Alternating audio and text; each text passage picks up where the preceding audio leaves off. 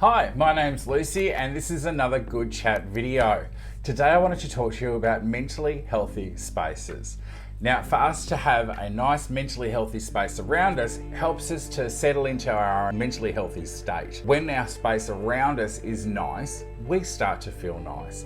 It also works adversely. So if the space around us isn't very nice, it's really untidy, really dirty, really unclean, really unsettled, really unorganized, that starts to be a reflection on how we feel. So we want to try and avoid that. Step one to a mentally healthy space is to clean. It's an old-fashioned one, but cleanliness is next to godliness. We really want the space around us to be a reflection of our mind, or we want to try and organize our thoughts by expressing that in a clean space around us. It really does work. You really need to get in there and vacuum and wash and wipe over surfaces, take out all the trash, pick things up, put things away, get in there and do a good clean. Now there's 1,000,001 motivation and cleaning channels on YouTube that you could be utilizing to do this. So after this video, get yourself over to Clutterbugs videos or Clean My Space or one of the million other videos out there. I'll link a few below. I'll put a few tags up around the video so that you can find a few channels to motivate you into cleaning and actually show you how to clean, just in case you don't actually know. Cleaning isn't actually a skill that many of us are taught properly, and there are some real tricks that will make it easier for you to do so. And once you start cleaning and you get into that habit, it becomes easier to maintain. So clean your space. Number two is, once we've cleaned our space, we really want to keep it nice and ambient and fresh and lovely, and we can do that by fragrancing the space. Now, some people like incense sticks. I'm not a huge fan of smoke in the house. I think it just adds to cleaning and dust later on. But if you like incense sticks, absolutely go for it. My advice would be to stick them near an open window or a doorway so the smoke semi comes into the house. It creates the smell that you want, but a lot of the dust particles go outside. Otherwise, you can use fragrance candles, oil diffusers, mist diffusers. You can even just go around and wipe some essential oils under and on surfaces as part of your cleaning routine. You can neutralize odors around the place with bicarb soda, for example, shoes, and keeping things like shoes outside or as close as possible to outside entrances so that you're not bringing those smells inside. Make sure that you do all your washing regularly, and that if you think your washing smells a little bit, look up a few videos on YouTube on how to get rid of those smells. Smells are really important for us psychologically. They trigger so many memories. In fact, smell is the strongest form of memory recollection out there. Good smells create good spaces, create good memories, which leads to a mentally healthy space. The next one is related to the first one. So on top of cleaning, you want to declutter. Clutter is a representation of our mind. It's attachment to material things that are usually unnecessary. Now, if you look around your space, even if I look around here, I have a lovely, clean space around me. I do my best to keep it clean. I do my best to keep it tidy. I maintain and upkeep the plants. It always smells really nice in here. This is my space. It's where I work. It's where I do my videos. It's where I've got my computers. It's where I do study. This is where I do everything. So I like this space to be organized, decluttered, and clean and smell nice. Part of smelling nice, it creates a mood for me to want to actually come in and study.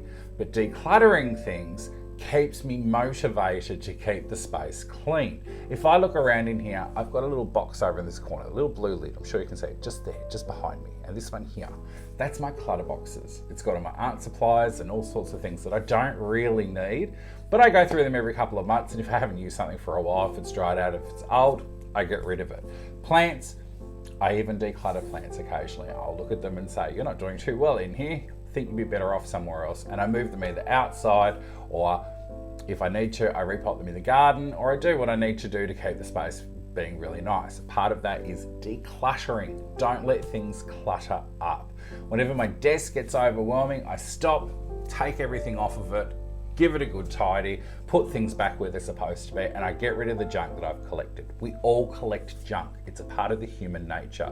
The most minimalist person will tell you about a time in their life when they weren't quite so minimalist. Now it's become habit. Now, I'm not saying that you should become a minimalist by any means, but we've all got far too much clutter in our lives, and we could really do with just going through and deciding, do we actually need this What is its purpose? Sometimes we hold on to things for sentimental reasons. They're not practical, they're not relevant to who we are as a person, but we go, oh, grandma gave that to me. And I'm going to help you with that one. That would bring us on to our next one, which would be photo journaling memories. Instead of keeping physical items around us, take a photo of it and write a little note with it that explains the story and the memory and why it's so relevant to you, and then declutter the item. You thank it for its time, you thank the person for the intent behind it, and then get rid of it. If that person happens to come to your house and say, oh, where is that thing? They're not really thinking about you, they're thinking about themselves. They really are. They're like, what was my impact on this person? It's not necessarily always selfish, but it kind of is. You can just say to that person, oh, I really loved it, but I know somebody that liked it a lot more or needed it a lot more, or it broke. Just lie a little bit. Sometimes those little tiny lies, they don't really hurt. They just are ways to diffuse a situation and stop another person from getting hurt while we continue on with our lives. There's no need to keep things that aren't relevant to us just because somebody gave it to us. You're not obliged to these other people to actually continue to have that in your space. If it brings you no good, it's just clutter in a space. Maybe even the memories aren't that great, it's just that you feel obliged to keep them. Don't. Get it out of your life. But use an app or something if you want to keep that memory without keeping that item. Next, we want to organise after we've decluttered, because you want that space to stay nice and stay decluttered. You want to actually see what you own, how much of it you own, why you own it. And again, organisation and decluttering, they go hand in hand. You want to be able to know that these things that you own, why you own them.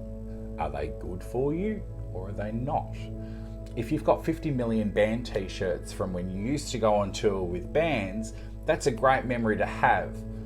But really, if they are all ratty or old or they don't fit anymore, you don't use them, they're just taking up space, do you really need to keep them? Maybe you could sell them on Depop or eBay or donate them to an op shop if they're not valuable ones at all. Just don't have them in your space. Take photos of them, write a little note about the experience that you had with those, take actual photos with them, put it all in a photo album. But you don't need to clean those, don't need to cling onto items that are no longer relevant to your life. The memory alone is enough to continue the existence of them, and it doesn't negate the experiences that you have previously have. Now, part of organising and decluttering is the process of minimalising and simplifying what you have, and what I like to call essentialism. I'm not a minimalist. I would love to be. I love that aesthetic, even though there's no actual definition of it in our lifestyle. Technically, minimalism is an architectural style. However, it has been adopted into a lifestyle style, and I don't think it's really suitable for most people out there. Even highly sensitive people that like to minimize what they own so that they're not overly stimulated by their own possessions. I think this is more a case of essentialism. I'm very much an essentialist these days. I try to pace things down to what I actually need, like, or brings joy to my life, and the rest of it, it can go. Honestly, I went through my house recently, and I go through every year or two. I go through all my possessions and I go, do I need this or do I not? And every time I've done it, I've gotten rid of more and more stuff that the last time I thought that I really needed to keep this item. 12 months later, why? Why did I need to keep this? Why do I still have that? What is this? What's going on here? What process is making me hold on to this useless item that I haven't used in 5 years in some cases? Once you've assessed it and you've started that decluttering process, these things become much easier to let go of, and then we pass it down to what we need to essentially survive. Now, obviously, you can see in the background, I've got lots of things that are not strictly essential. I like having a nice background. I have a whole park bench sitting behind me. It's not a practical one, you can't sit on it. That's why I just stick plants and a few lights on it, even though the lights aren't really showing up in this. I love it. I absolutely love it. It brings great joy to me. I see it as practical because it's somewhere to sit plants, and plants bring me a great amount of joy.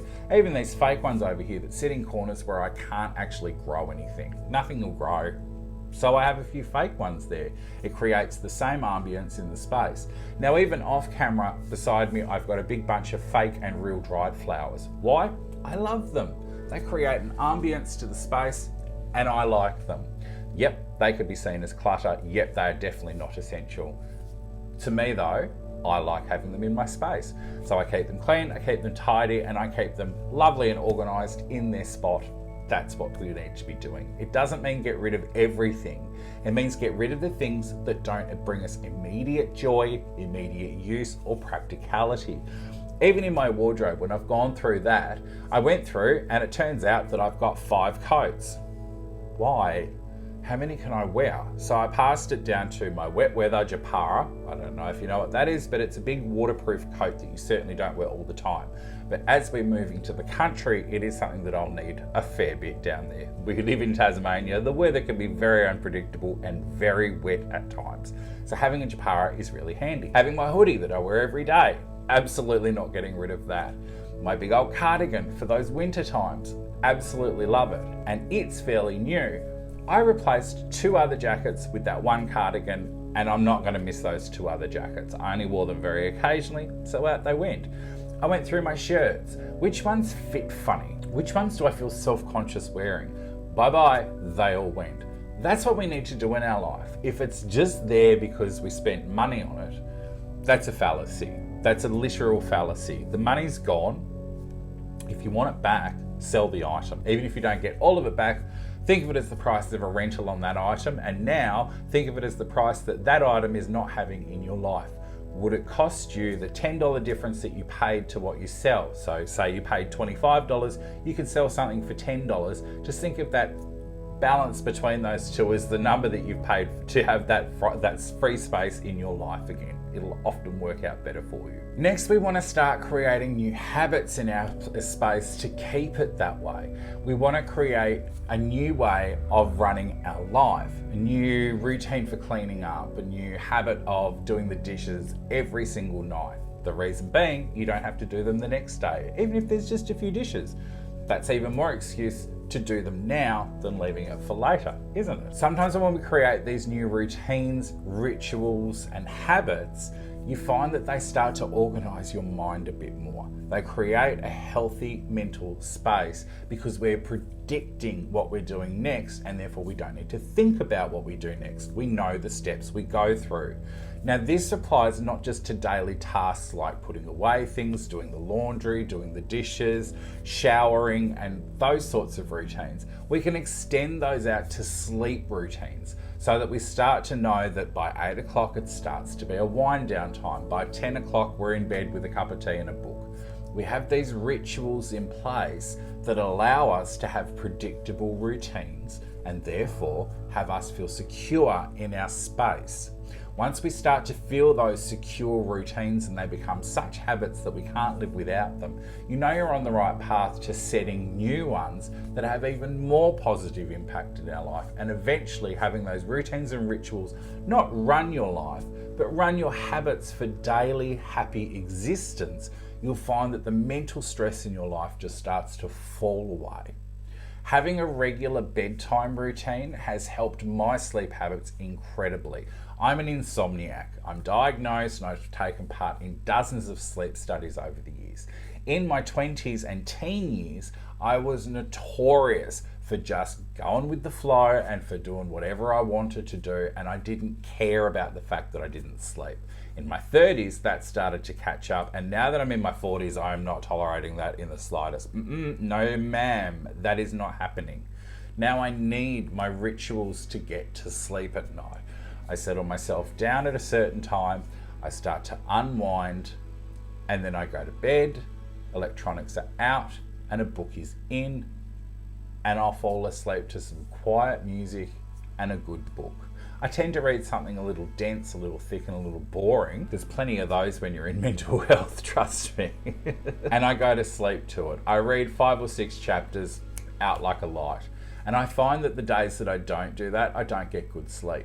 Now, I've also interrupted my own sleep patterns by going on to a keto-based diet at times, and my lifestyle is changing to accommodate new health habits.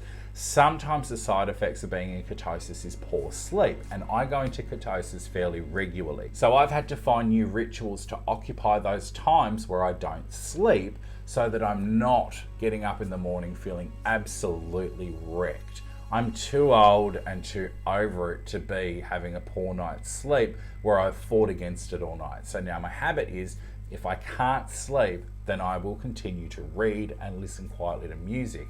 I might even have a cup of tea, but maybe not, it's a bit late. So these rituals start to actually not dictate, that's the wrong word, not control, but they do have this huge influence in our life, and it's usually a positive one once we get them down pat. So develop these habits.